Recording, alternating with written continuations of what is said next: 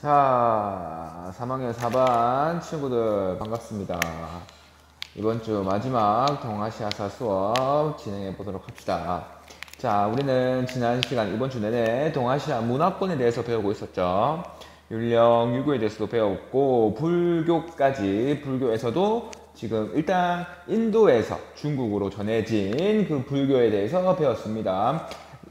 인도에서 만들어진 불교가 어떻게 중국에 전파되었는지, 그리고 전파된 불교는 어떤 특징이 있었는지 배웠었죠. 뭐 대표적으로 뭐 이타행을 강조하는 대승불교가 들어왔다든지, 그리고 위진남북조 시대에 원래 한대부터 들어왔는데 이렇게 위진남북조 시대부터 널리 퍼지게 된 것이 결국에는 이민족 왕조들의 자신들의 황제권 강화와 권위를 높이기 위해서, 황제의 통치를 정당화하기 위해서 이 불교를 활용했던 것이었죠. 부처와 자신을 동격화하면서, 그쵸? 그리고 불교를 후국 불교화 삼아서 불교를 통해서 국가를 지킬 수 있다, 이런 걸 주장을 했었죠. 자, 거기까지 중국에서 어떻게 불교가 널리 전파되고 유행을 했는지까지 배웠었는데, 이제는 이 동아시아 문화권에서 동아시아 국가들, 일본, 한반도, 만주 이런 지역까지, 몽골 지역까지 이런 지역에 어떻게 불교가 전파되고 확산이 되는지, 그것까지 오늘 배워보도록 합시다. 오늘 이번 주로 불교는 마무리 지을게요. 자, 우리 지난 시간에는 중국을 했다면 이번 시간은 아까 말했듯이 어디? 만주, 한반도, 그리고 일본 지역에서의 불교 전파에 대해서 배워봅시다. 불교 전파. 자, 아까 말했었죠. 5호 16국의 이민족 왕조들이, 국왕들이 자신들의 권위를 향상시키기 위해서 받아들이고 널리 퍼뜨렸다고 했죠. 자, 이것을 본 참국들은 우리도 왕권 강화가 지금 필요하고 중앙 집권도 필요한데 저 나라는 저렇게 불교라는 것을 통해서 저런 것을 하고 있구나, 우리도 저거 받아들이자 라고 하는 입장에서 각국은 뭐를 위해서? 이 만주, 한반도와 일본에 있는 국가들은 뭐를 위해서? 중앙 집권 체제를 강화시키고 확립시키고, 그리고 여러 사상으로 민간신앙, 원시신앙으로 나눠져 있던 이런 사상들을 하나로 고등 종교로 통합시키기 위해서 만주, 한반도와 일본의 국가들은 이 불교를 받아들이게 됩니다. 자, 어디로부터? 중국으로부터, 인도로부터 받아들인 중국으로부터 이 불교를 삼국과 일본의 국가들은 받아들이기 시작하죠. 자, 먼저 우리 한반도 지역의 삼국부터 보도록 합시다. 우리 한국사 시간에도 배웠고 이전에도 우리 살짝 선생님이 언급을 했는데, 자, 삼국 고구려, 백제, 신라는 각각 중국의 어느 나라? 고구려 같은 경우에는 어느 왕 때 불교 공인하고 수용하고 공인했어요? 소수림 왕 때죠. 소수림 왕 때 우리 배웠어요. 1학년 때. 소수림 왕 때 누구로부터?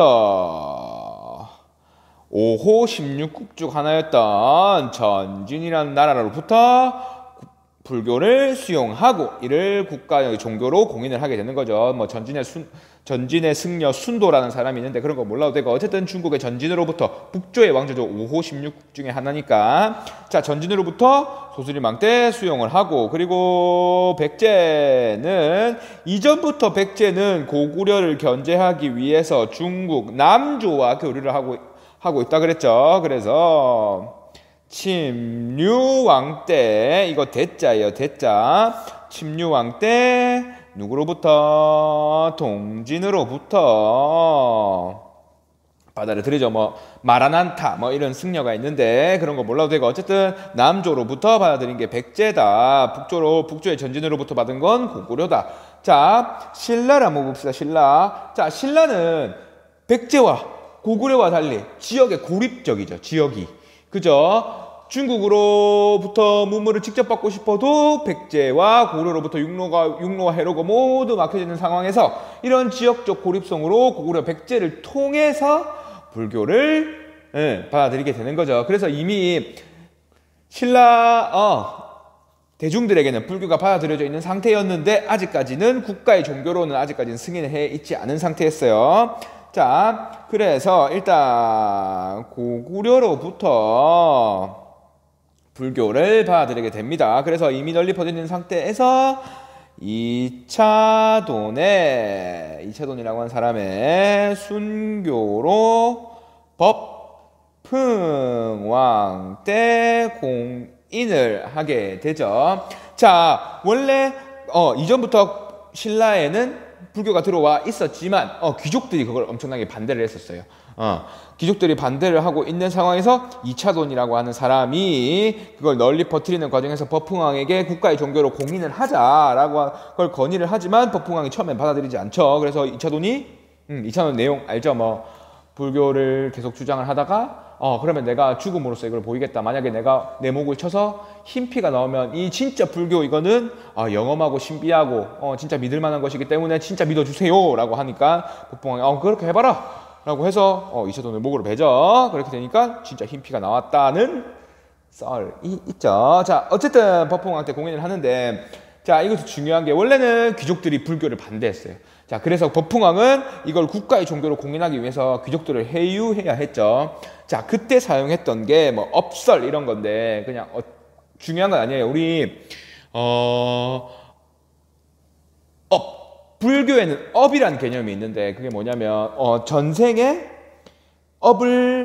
좋은 업을 쌓고 덕을 많이 쌓아야 다음 생에는 뭐 인간으로 태어난다든지 그리고 아니면은 천국으로 간다든지 천당이겠죠 불교에서는. 자, 그런 이런 개념이 있었는데 이거를 활용했어요. 법흥왕은 어떻게 했냐면 귀족들아, 너희들 불교에는 업이라는 개념이 있다. 너희들이 지금 이렇게 떵떵거리고 잘 살고 모든 부귀영화를 누린 거는 다 이 업설에 의하면 뭐 때문이다?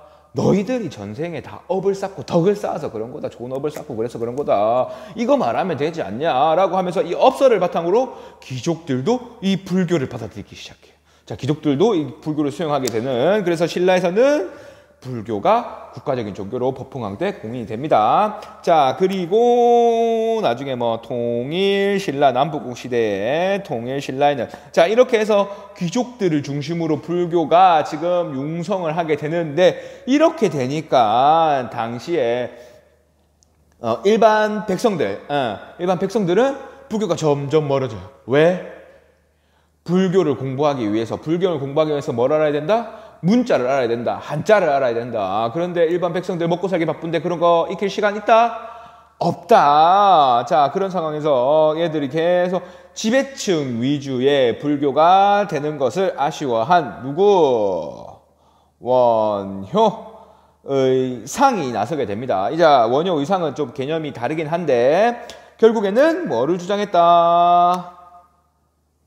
불교의 대중화에 앞서서 불교는 누구에게나 평등하고 누구나 익힐 수 있는 것이다. 꼭 글자를 알아서 불경을 공부해야만 되는 게 아니다. 단순하게 나무아미타불 관세음 보살마 외치면 부처님 될 수 있고 극락이 갈 수 있다 라고 주장을 하면서 불교의 대중화에 앞서 나가게 되는 거죠. 원효 같은 경우에는 우리가 원효대사 해골물 해가지고 다른 거 다 필요 없다. 뭐가 제일 중요하다? 사람의 마음가짐이 제일 중요하다. 내가 이걸 단물이라고 생각했을 때는 이거 꿀물, 단물이고, 내가 이거 해골물이라고 생각했을 때는 이게 해골물이 된다라는 것 같이 마음가짐이 중요하다라는 걸 주장을 하면서 불교의 대중화를 주장을 했다고 하죠. 자, 어쨌든 삼국 같은 경우에는 중국으로부터, 신라는 독특하게 고구려로부터 이렇게 불교를 받아들여서 공인을 하게 된다. 통일신라 같은 경우에는 이제는 기족적인 불교 중심에서 벗어나서 불교의 대중화를 주장했다까지 단계를 하게 됩니다. 나중에 원효의상뿐만 아니라 중요한 동아시아사에서 꼭 거의 한 문제씩 나오더라고요. 선생님이 기출문제를 한 최근 5년간 모평이랑 기출문제를 분석해 보니까 지금 이 동아시아사 승려들이 계속 나오는데 그거에 대해서는 선생님이 제일 마지막에 선생님이 총 정리를 해가지고 세대별로 수업을 하도록 하겠습니다. 자, 일본 봅시다. 일본 삼국은 여기까지 하고, 일본 같은 경우에는 이미 6세기에 백제로부터 불교를 받아들였어요. 우리 아스카 문화라고 들어봤죠? 아스카 문화. 일본 백제로부터 들어온 이 도래인들에 의해서 융성한 이런 문화였죠. 그래서 대표적으로 호류사, 금당, 벽화라든지 이런 절들이 만들어집니다. 자, 이거 지을 때도 백제의 기술자들이 많이 건너가가지고 호류사를 짓기도 하죠. 자, 이런 상황에서 8세기 중반에 8세기 중반에 나라시대 때예요. 나라시대 때 우리 다이오율령 이후 다이호율령이 701년이었잖아요. 자, 그러니까 다이호율령 이후에 나라시대 때 8세기에 쇼천황이라고 선생님이 천황 하는데 이건 지금 동아시아 사적 입장이기 때문에 일본에서 주장하는 내용을 그냥 그대로 쓰는 거예요. 선생님이 일본을 찬양해서 계속 천황 하는 건 아니에요. 자, 교과서에도 천황으로 나와 있고요. 자, 그리고 여기까지 하고, 자, 어쨌든 쇼우 천황 때 불교가 이제는 위진 남북조 때 56국 시대 때 마찬가지로 호국 불교 성격이 강해지면서 호국 불교 진흥책을 피게 됩니다. 그래서 가장 유명한 나라 시대의 불교 동대사, 일본 이름으로 도다이샤가 만들어지게 됩니다. 자, 도다이샤가 대표적인 나라 시대 때 불교 사찰이죠. 자, 그리고 일본 같은 경우에는 우리 중국사에서도 불교가 토착화되기 위해서 중국에서도 인도의 불교를 바로 받아들이지 않고 이제 중국에 있던 전통 신앙과 합쳐지게 되죠. 일본에서도 마찬가지예요. 당시에 일본에 있던 고유 신앙이 뭐냐면 신토라고 하는 게 신도라고도 하는데 신토라고 하는 게 일본의 전통 신앙이었어요. 지금도 일본 애들은 밥 먹을 때 이렇게 해가지고 기도하고 밥 먹고 하죠. 조상신들에게 이런 것들. 일본은 우리 이관팔성제 하면서 일본은 전통적인 신앙, 자기들만의 고유 신앙을 엄청나게 중요하다고 생각을 했었죠. 자기 집에 사당도 차려놓고 야스쿠니 신사와 같이 신사참배를 엄청나게 중요하게 생각하듯이. 자, 어쨌든 이런 신토라고 하는 일본의 고유 신앙과 신토와 불교를 융합시키려고 노력을 합니다. 왜? 이런 신토가 너무 공고하게 박혀 있으니까 불교가 왕권 강화와 중앙 집권에 꼭 필요한데 일본의 지배자들은 불교를 퍼뜨리고 싶고 그렇게 해서 신토와 결합을 시키게 되는 거죠. 자, 이걸 통해서 토착화를 시키는데 이거를 네 글자로 신불습합이라 그래요. 신불습합. 신토와 불교가 습합하는 게 뭐냐면 스며들듯이 이렇게 자연스럽게 화학적으로 합해지는 이런 걸 습합이라 그래요. 습합. 그래서 이 신토와 불교가 융합돼서 일본에서는 불교가 토착화되기 시작을 합니다. 대표적인 유물로는 하치만 신상이라는 게 있는데 하치만 신상. 나중에 우리 만약에 동아시아사 문제에서 불교의 토착화 이런 게 나온다면은 중국에서는 선종이나 우리 배웠듯이 부모 은준경, 우람분경. 우람분경 선생님 설명 안 했는데 어쨌든. 자, 그리고 그런 게 있다면은 일본에서는 하치만 신상 이런 게 있을 거예요. 하치만 신상이 뭐냐면 일본 신토 이 고유 종교의 신인데 신상을 만들 때는 부처의 모습으로 뒤에 강배가 있고 그리고 부처가 드는 봉을 들고 있고 이런 모습으로 만들었던 게 하치만 신상이에요. 자, 여기까지 당시 지금 만주 한반도 그리고 일본 지역에 불교가 어떻게 전파되었는지 보았어요. 자, 여기까지 일단 하고 오늘 배울 내용이 많기 때문에 빨리빨리 넘어갈게요. 자, 일본은 어떻게 불교가 전파되는지 봤으면은 중요한 거는 이제 선종 우리 달마대사가 위진 남북조 시대에 만들었다고 하는 불교의 토착화를 위해서 만들었다고 하는 선종에 대해서 한번 배워보도록 합시다. 선종. 우리 고등학교 때부터 고1 때부터 계속 배웠어요. 선종이 뭐였죠? 선종 우리 앞에 선생님도 설명했는데 당시에 불교 알기 위해서는 뭘 공부해야 된다? 불교의 바이블 불경을 공부해야 되는데 불경 공부는 글자를 알아야 된다. 한자를 알아야 된다. 불교 한자. 자, 그러면은 그거 너무 어렵다 싶다. 어렵죠. 그러면은 지배층, 돈 있는 사람 이런 사람들만 공부할 수 있을까요? 아니면 돈 없는 사람, 피지배층 이런 사람들만 공부할 수 있을까요? 불교가 지금 계속해서 귀족화, 고위층만 알 수 있는 그런 종교화가 되니까 이제는 대중들에게 널리 이제 듣는 거 다 필요 없다. 글자 몰라도 된다. 참선, 기도 이런 거 계속하면서 일종의 깨달음만 얻으면 된다. 한 번 딱 꿰뚫는 깨달음만 얻으면은 우리는 부처에 도달할 수 있고 극락에 갈 수 있다. 이런 주장을 하게 되는데 그게 선종이에요. 선종. 자, 한반도 일본 지역에 계속해서 한반도 일본 지역에도 중국의 선종이 달마대사가 만들었던 선종이 전파되기 시작합니다. 선종. 불교의 토착화, 중국에서 불교의 토착화를 위해서 만들어진 선종이 그 장점으로 전해지게 되는 거죠. 먼저 신라 같은 경우에는 도의선사에 의해서 도의선사라는 사람이 있었는데 이 사람이 호족의 후원을 받아서 선종을 전파를 하고 그래서 선종 구산 해가지고 가지산파, 수미산파 이런 게 발달을 하죠. 호족이 누구예요? 호족. 신라 말기에 등장한 각 지역 세력으로서 자신만의 독자적인 경제권, 독자적인 군사권 이런 거 갖는 사람들이었는데 이 사람들은 학문적으로 뛰어난 사람들이 아니었죠. 그렇기 때문에 선종, 그래서 자기들이 학문적인 결핍을 보완하기 위해서 육두품 받아들이잖아요. 자, 이 호족들은 자신의 그런 즉흥적이고 단순한 이런 성향에 선종이 딱 맞는 거죠. 불교를 받아들여야 되긴 하는데 선종, 단순한 깨달음은 중요하다. 깨달음이 중요하고 참선이 중요하지. 불교 경전 이런 거 몰라도 된다. 이런 것들이 호족의 성향에 딱 맞아들게 되면서 호족이 이 선종을 엄청나게 후원을 하면서 확산이 되게 되는 거죠. 신라 시대에. 그리고 그 이후에 고려 시대가 되면은 교종과 이 발달한 선종이 드디어 대립을 엄청나게 하기 시작을 해요. 대립을. 그래서 우리 한국사 시간에 배웠던 의천, 진울 이런 사람들이 교종과 불교, 부처님의 말씀이 담겨져 있는 불경 공부가 중요하다고 생각하는 교종과 선종, 그런 거 필요 없다. 단순하게 기도하고 참선한 게 중요하다. 그런 거 되면은, 그런 거만 하면 부처님 될 수 있다. 극락 갈 수 있다. 라고 하는 사람 선종. 이 교종과 선종의 교선 통합을 노력을 하게 되는 거죠. 그래서 천태종이라는 것도 만들어지고, 그렇게 하게 되는 거죠. 자, 한반도에서 지역에서는 여기까지만 하고 일본 지역에서도 선종이 받아들여지게 되는데 언제? 나중에 헤이안 시대 이후로 가마쿠라 막부 시대가 되는데 나중에 배울 거예요. 가마쿠라 막부라고 하는 시대가 되는데 자, 이때 선종이 유행해요.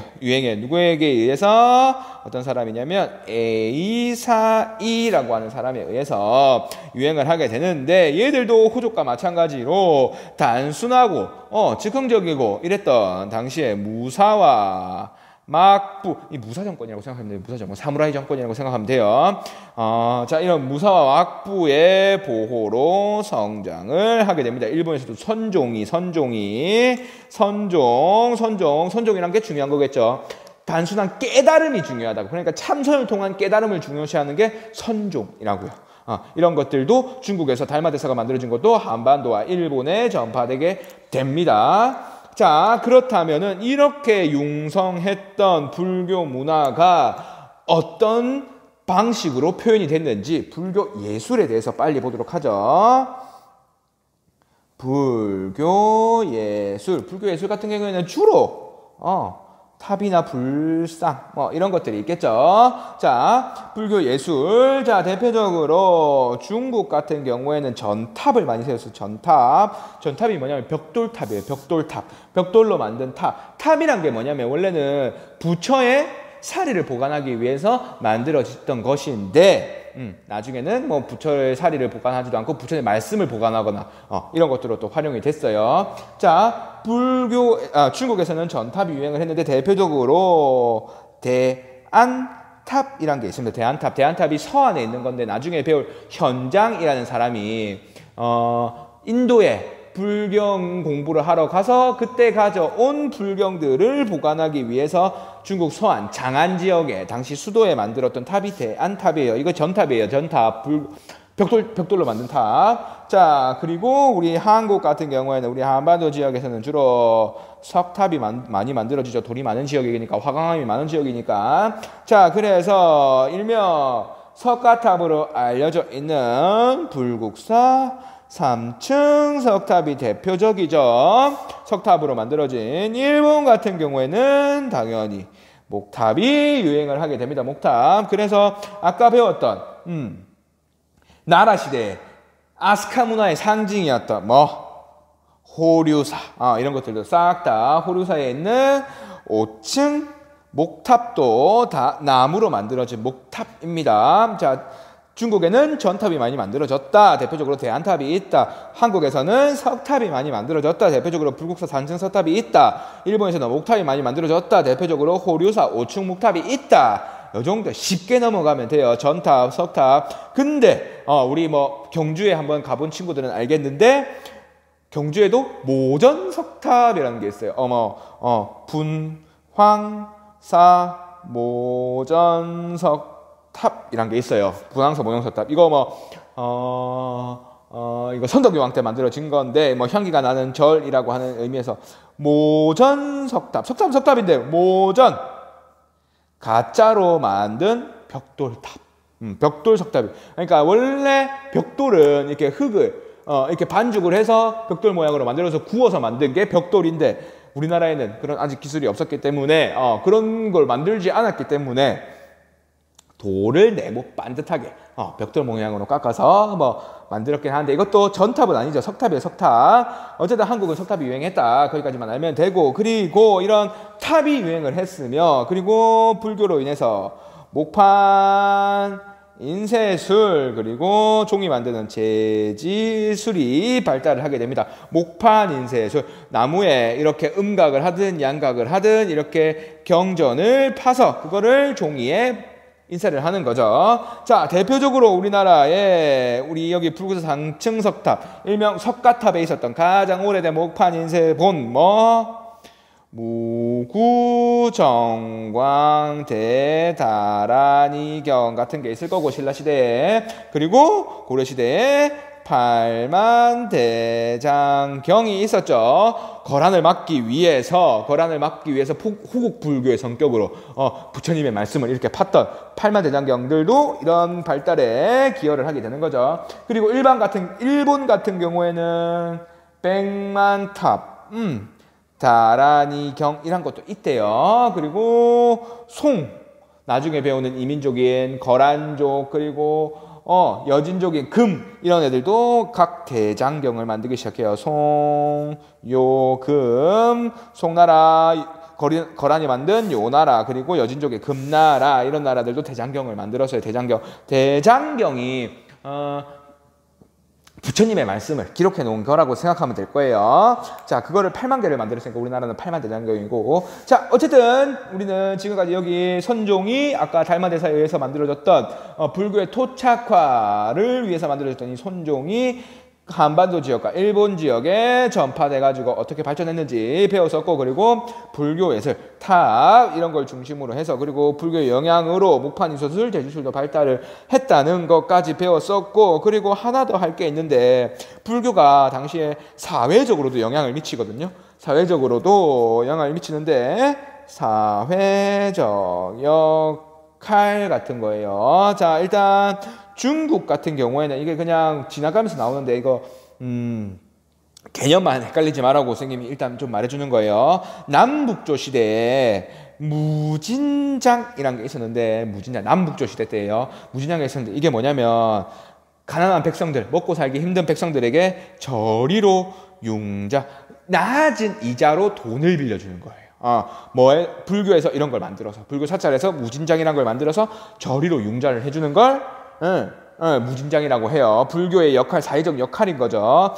백성들을 구제하기 위해서, 중생을 구제하기 위해서. 그리고 일본 같은 경우에는 사찰에 비전원 그리고 시약원 이런 거 만들어 가지고 병자나 고아를 돌보기도 했다고 해요. 자, 이런 종교적으로 불교는 개인의 해탈을 중요시 생각했던 소승불교도 있지만, 성자불교도 있지만, 중생구제를 표방을 하는 대승불교에서는 이런 사회적 역할을 중요하게 생각해서 중국은 힘든 백성들에게 낮은 이자로 대출을 해주는 저리융자의 무진장이란 것도 설치를 해서 사회적 역할을 했고, 일본에서는 비전원, 시약원 이런 거 만들어서 병자나 고아를 돌봤다라는 거 정도 알면 될 거예요. 무진장, 비전원, 시약원 이런 거 나오면 당황하지 말라고 선생님이 그냥 말을 해주는 거예요. 자, 마지막으로 동아시아사에서 꼭 한 문제씩 나오는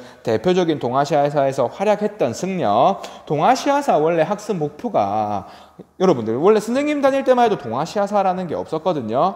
근데 동아시아사라는 걸 만들어졌던 과목의 목표가 동아시아 국가들 간의 교류, 뭐 협력 이런 걸 알고, 그리고 갈등 같은 경우는 전쟁 정복이 있겠죠. 그런 상호작용을 통해서 지금과 같은 세계화 시대에 우리는 이전부터 동아시아사라는 개념을 갖고 있었으며, 어느 한 나라의 그런 편협한 역사만 아는 게 아니다. 동아시아사 거시적인 관점으로 우리 학생들에게 알게 하겠다. 이런 관점에서 만들어진 거기 때문에 동아시아사에서는 동아시아 국가 간의 교류와 교역, 전쟁과 정복, 이런 것들을 좀 중요하게 생각을 했어요. 그렇기 때문에 불교에서도 동아시아 국가들 간에 불교, 막 교류했던 그런 승려들이 많이 나오거든요.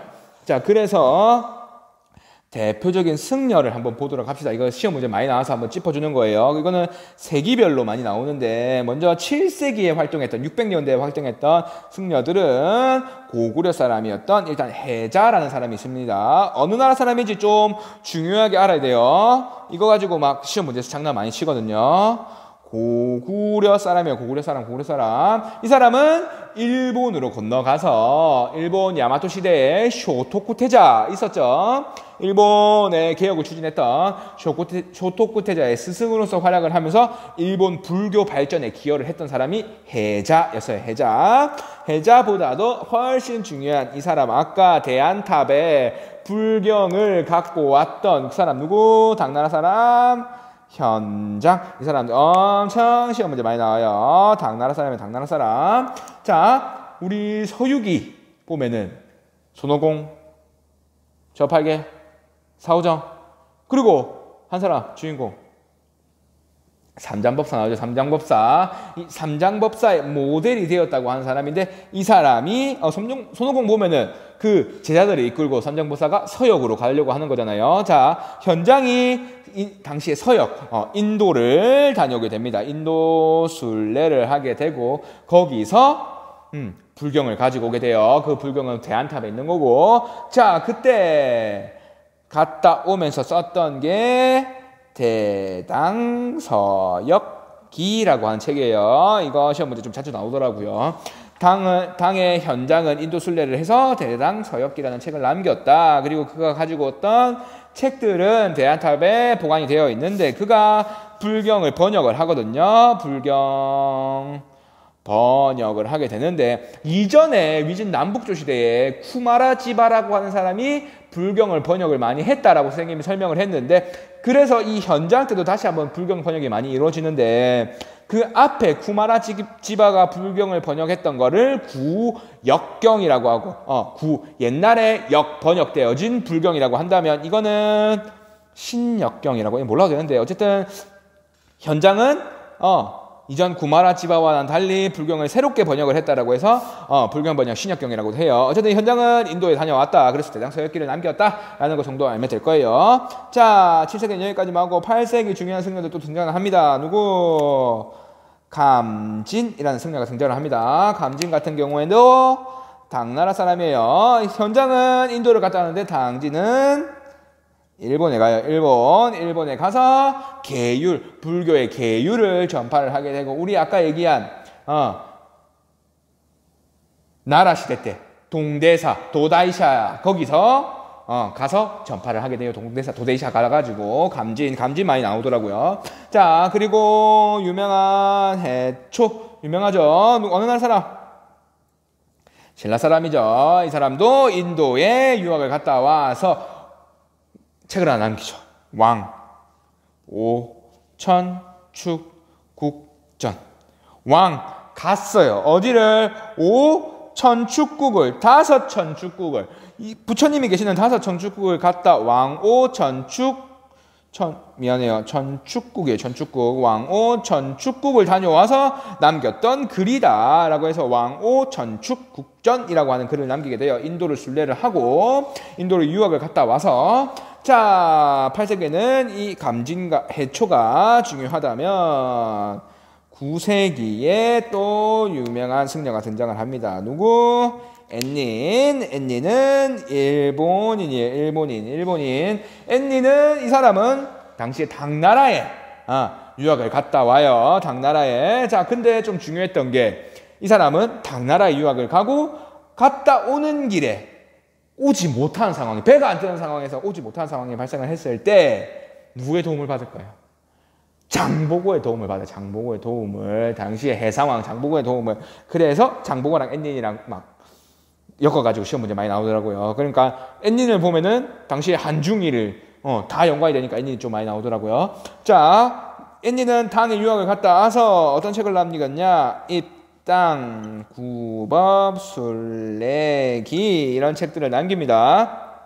대당서역기, 왕 오천축국전, 입당, 구법, 술래기 이런 걸 통해서 이 사람 현장이다, 이 사람 배초다, 이 사람 앤니이다, 이런 거 구별을 하는 게 헷갈리게 시험 문제 많이 나오더라고요. 그러니까 여러분 이 키워드들 까먹지 말고 해서 암기를 해서 이 중요한 승려들 꼭 외워둘 수 있도록 합니다. 이 5 승려, 그리고 앞에 배웠던 원효, 의상 정도는 동아시아사에서 꼭 알아야 되는 승려니까 꼭 익혀두도록 합시다. 자, 이번 선생님이 불교를 어떻게든 끝내보려고 좀 내용을 좀 많이 하긴 했는데 여러분들 모르겠으면 앞에 내용 다시 복습하라고 선생님이 유튜브 올린 거니까 꼭 복습해서, 불교에서는 절대 틀리지 말았으면 좋겠어요. 불교 조금만 공부하면 바로 다 맞출 수 있는 문제니까 너무 어려워하지 말고 선생님이 딱 한 부분만, 거기까지만 하면 모든 불교 문제 맞출 수 있을 거니까 불교 열심히 공부 좀 해봅시다. 알겠죠? 여러분들 너무 수고 많았어요. 오늘 이번 주 너무 수고했어요. 여러분들 오늘 수업 여기까지 하겠습니다. 수고했어요.